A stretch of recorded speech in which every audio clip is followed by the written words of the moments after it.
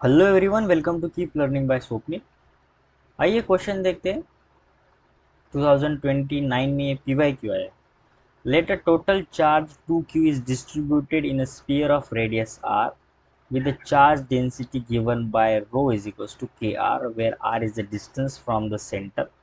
Two charges a and b of minus q each are placed on a diametrically opposite side at equal distance a from the center if A and B do not experience any force। देखिए अब यहाँ पे क्या है, एक spear है, बड़ा सा यहाँ पे एक स्पीयर, सेंटर से आर रेडियस है इसका।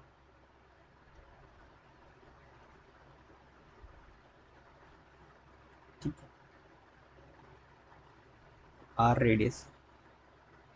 अब यहाँ पे दो केसेस बन रहे कि एक तो अंदर हम दो चार्ज पार्टिकल रख दे सेंटर से सेम डिस्टेंस पे, या फिर अपोजिट डिस्टेंस पे, same same distance but opposite charges opposite रखे एक दूसरे के, या तो अंदर रख ले या तो बाहर रख ले। अगर बाहर रखते हैं, यहाँ पे रख देते, यहाँ पे रखते हैं और डिस्टेंस मान लेते सेम लेते दोनों के बीच का, तो इस सरफेस की वजह से इस पर भी चार्ज लग रहा है क्यू। ठीक है, और इस पर भी वही चार्ज लगेगा, पर दोनों इक्विलिब्रियम पे नहीं रह पाएंगे। अगर इस पे 2q चार्ज है, इस पर भी माइनस क्यू चार्ज, इस पर भी माइनस क्यू चार्ज।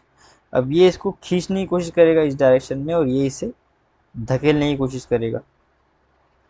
ठीक है, अगर ये 2q इसको खींचेगा तो जो फोर्स लगेगा वो कितना हो जाएगा, k 2q² अपॉन, अगर डिस्टेंस मान लेते हैं हम यहाँ से लेके ए है, तो ये a² हो जाएगा। मान लेते हैं यहाँ से लेके यहाँ तक ए और यहाँ से लेके यहाँ तक ए।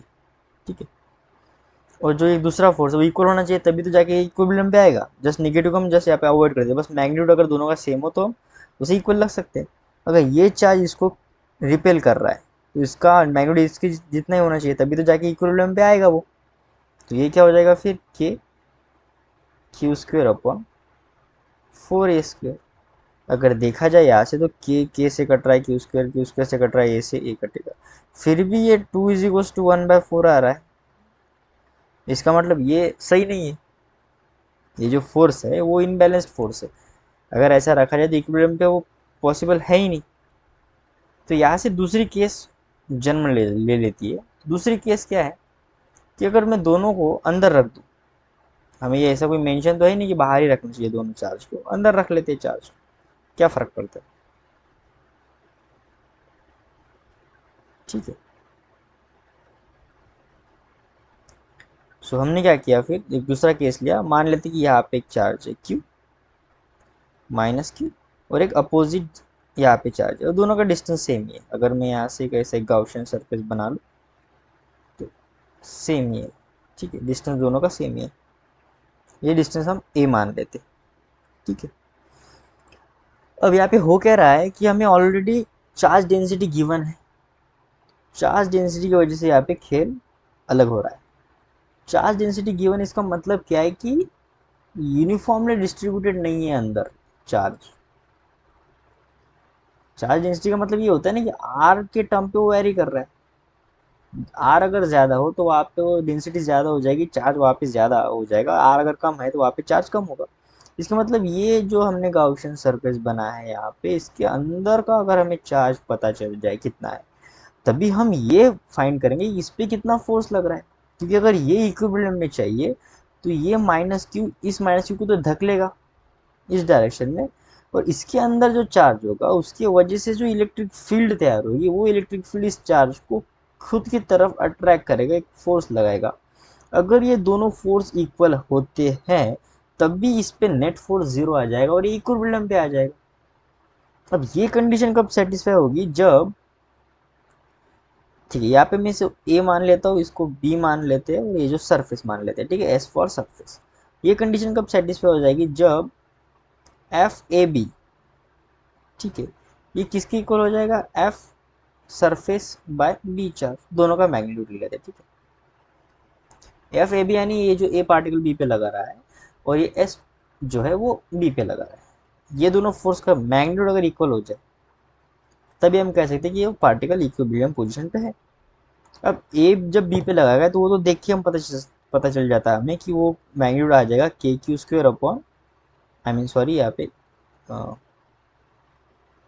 Q square upon 4 pi epsilon not, और दोनों के बीच जो डिस्टेंस है यहाँ से लेके यहाँ तक ए हो जाएगा और यहाँ से लेके यहाँ तक ए, तो 2 टाइम्स ए, उसका स्क्वायर करेंगे तो हम 4 टाइम्स ए स्क्वायर हो जाएगा। देख के पता चल रहा है। पर जो ये जो सरफेस है, ये सरफेस के पास कितना चार्ज है हमें वही पता नहीं है, तो हम कैसे फाइंड करेंगे कि वो कितना फोर्स लगा रहा है। सो ये यहाँ से एक कंडीशन है, तो यहाँ से हम कहेंगे कि वो जो कोई भी अंदर चार्ज होगा वो इलेक्ट्रिक फील्ड जनरेट करेगा। और फोर्स का फार्मूला होता है क्यू, यानी चार्ज इनटू इलेक्ट्रिक फील्ड। सो क्यू, ये क्यू माइनस क्यू, और इलेक्ट्रिक फील्ड इनसाइड जितनी बन रही है उतनी बन रही है। जरा यहाँ पे मैग्नीट्यूड लिया हमने, ठीक है, तो इक्वेशन 1 नाम देते। अगर मुझे इनसाइड इलेक्ट्रिक फील्ड पता चल जाए तो मैं इसमें यहाँ पे पुट करके इन दोनों को बैलेंस करके वैल्यू फाइंड कर सकता हूँ। हमें किसकी वैल्यू फाइंड करनी है? ए का वैल्यू फाइंड करना है। अब टास्क यहाँ पे है कि इनसाइड इलेक्ट्रिक फील्ड कहाँ से पता चलेगा। देखिए हमें एक गॉस फार्मूला पता है, ठीक है, नॉट गाउशियन, गॉस फार्मूला पता है। जब इलेक्ट्रिक फील्ड को अगर हम इंटीग्रेट करें, ठीक है, सरफेस एरिया, तो वो किसके इक्वल होता है? Total inside charge upon epsilon not के इक्वल होता है। वी नो दैट, ये तो हमने रटा ही है। इलेक्ट्रिक फील्ड क्या हो जाएगा? जो भी चार्ज हमें अंदर मिलेगा उसकी वजह से वो कांस्टेंट इलेक्ट्रिक फील्ड जनरेट करेगा, तो वो तो अल्टीमेटली कांस्टेंट ही आना है, तो वो बाहर निकाल लेंगे। Integration of the surface area, ठीक है, अगर मुझे सरफेस एरिया चाहिए तो इंटीग्रेट करेंगे वहाँ से। इनसाइड चार्ज कितना होता है? चार्ज डेंसिटी इनटू वॉल्यूम, कहाँ से कहाँ तक? 0 से लेके, अभी यहाँ पर आर लिखेंगे, ठीक है, आर तक, ठीक है। इंटीग्रेशन के लिए मान लेते हैं ये जो डिस्टेंस है ए ना हो गया आर, आर, ठीक है, आर डिस्टेंस का, और जो ऑप्शन सरफेस है ऐसे मान लेते हैं, ठीक है, और upon epsilon not. So electric field, और यहाँ पे जो सरफेस एरिया आ जाएगा इंटीग्रेट करने के बाद क्या आता है? सरफेस एरिया आएगा, वो कितना होगा? 4 पाई आर स्क्वायर, ठीक है।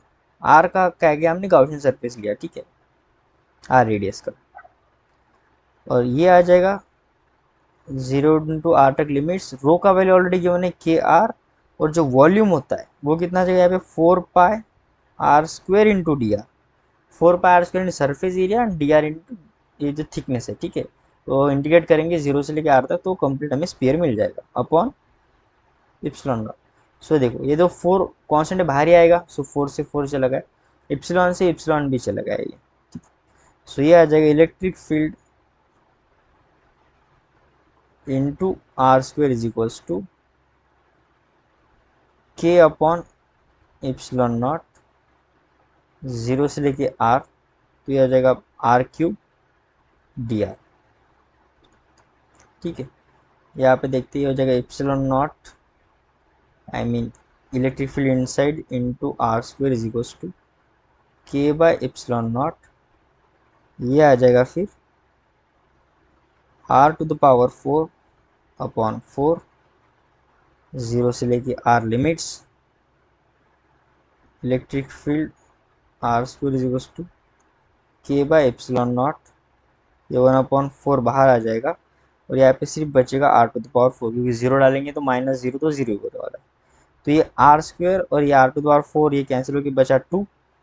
इलेक्ट्रिक फील्ड जो है वो इनसाइड बन रही है K into R square upon 4 epsilon naught. अब अगर देखा जाए यहाँ पे जो के मेंशन है, यहाँ पे जो के है वो कोई डायरेक्टली कांस्टेंट नहीं है, वो तो जस्ट ये रो के साथ है, यहाँ पे कोई यहाँ पे मेंशन भी नहीं है कि के का वैल्यू क्या है वो, या फिर के डायरेक्टली कांस्टेंट है भी या नहीं है। तो अगर मुझे के का वैल्यू पता चल जाए के एग्जैक्टली क्या है, तो इसमें पुट करके मैं इलेक्ट्रिक फील्ड का एग्जैक्ट वैल्यू निकाल सकता हूँ, ठीक है। अब के का वैल्यू फाइंड करना होगा, इस इक्वेशन नाम को 2 देते, इसको हम सेकंड इक्वेशन नाम देते। अब के कैसे पता चलेगा? देखिए कंप्लीट स्फीयर पे चार्ज है 2q, ये कैसे मिलेगा? जब मैं इंटीग्रेट करूंगा 0 से लेके आर तक चार्ज डेंसिटी इनटू वॉल्यूम को, तभी मिलेगा ये charge density. We already know K R, और जो डी है वो आ जाएगा 4πr² dr। So 2q is equals to, ये 4π के बाहर चला जाएगा, r⁻³ del r,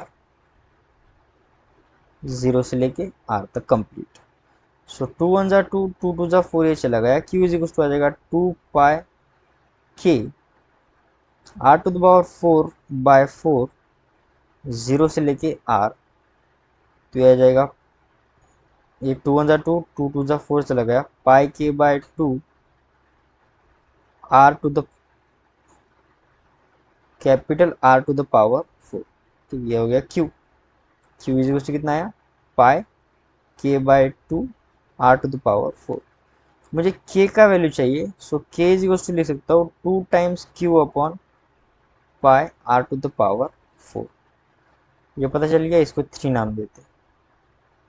so put value of k in equation 2। So second equation क्या है, electric field inside kr²/4πε0, kr²/4πε0, ठीक है। यहाँ पे k का वैल्यू डालेंगे हम, इलेक्ट्रिक फील्ड इनसाइड, और यहाँ पे हमने जो r लिया है ना, वो r क्या है, nothing but a distance. r इसलिए लिया कि गाउसियन सरफेस के लिए वो स्फीयर को सॉल्व किया। अब हमें पता है कि हमने जो गाउसियन सरफेस बनाया है वो उसका रेडियस a ही है, तो यहाँ पे हम क्या करेंगे, therefore ka²/4ε0 r is equals to a यहाँ पे मेंशन करेंगे, ठीक है।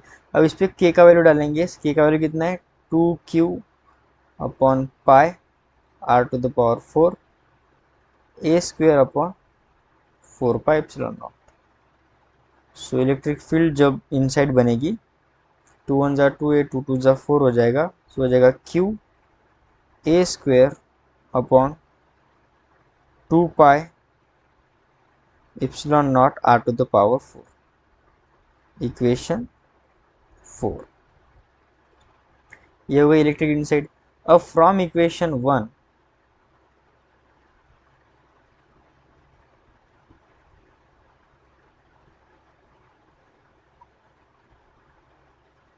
And 4 we can say that, equation 1 क्या था एक बार देख लेते, ये जो बैलेंस कर रहे थे हम, ठीक है, q² upon 4πε0 4a² equals to charge into electric field, electric का वैल्यू डालते q a² upon 2πε0 r⁴। So ये q² और दोनों q चले गए, ठीक है, ये पाई भी चला गया, ε0 भी चला गया, ये 2 1 जा 2, 2 2 जा 4, सो ये 4 2 जा 8, a² बचा, ऊपर बचा a² अपॉन नीचे बचा r⁴। हमें a को रखना है किस टर्म में, सो यहाँ से 4⁴ r⁴ upon 8 is equal to आ जाएगा 8 ये 2 भी चला जाएगा वहाँ पे, तो 4 हो जाएगा वो। सो टेक, सो ये 4 उसको अगर टेकिंग √4 ऑन बोथ साइड करेंगे तो आ जाएगा r अपॉन 8⁴ तो a इज इक्वल टू आ जाएगा r, ये 8 ऊपर जाएगा -1/4। सो कुछ ऐसा यहाँ पे हमें सिनेरियो देखने को मिलेगा। सो कौन सा ऑप्शन सही होता है देखते हैं एक बार। अगर आप गौर से देखो तो ऑप्शन सी अगर देखा जाए तो ऑप्शन सी यहाँ से राइट आंसर हो रहा है। So option C is the right answer. I hope आपको वीडियो सोल्यूशन अच्छा लगा होगा। वीडियो सोल्यूशन अच्छा लगा है तो चैनल को सब्सक्राइब कर दीजिए, वीडियो को लाइक कर दीजिए। मिलते हैं नेक्स्ट वीडियो सोल्यूशन में। कीप लर्निंग विद स्वप्निल के साथ।